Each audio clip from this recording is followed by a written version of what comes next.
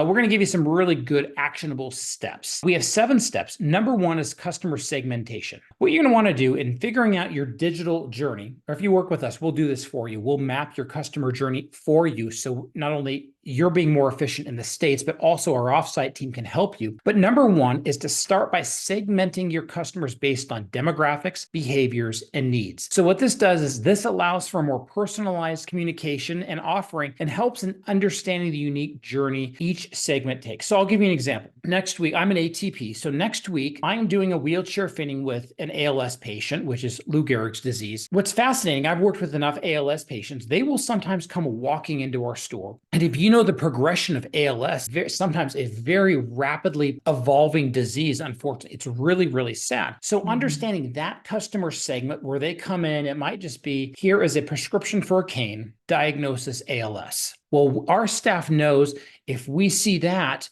we're going to not only obviously dispense the cane, but we're going to get our rehab team involved in the process because they're going to also need a manual or walker, a manual wheelchair, a power wheelchair that can also eventually tilt in space. We'll know that that patient will probably be a ventilator patient down the road if they choose that route. So there's a lot of things of understanding that customer segment, and this is the progression of that disease. So that's number 1 in terms of customer segmentation and figuring out what that looks like. So how can we use things like that with our offsite team when we see certain diagnosis codes come across? What are your suggestions, April? It's actually the same thing as what you mentioned. We collaborate with our other team members.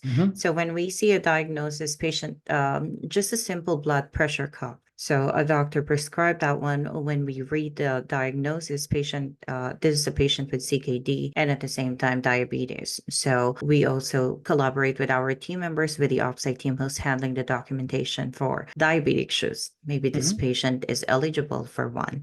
Or we also check with our offsite team member who's working on CGM, the glucose monitor. So maybe this patient will be eligible for one. So that's what we do. So we're not just stopping on one equipment, for we know that we can help them even more.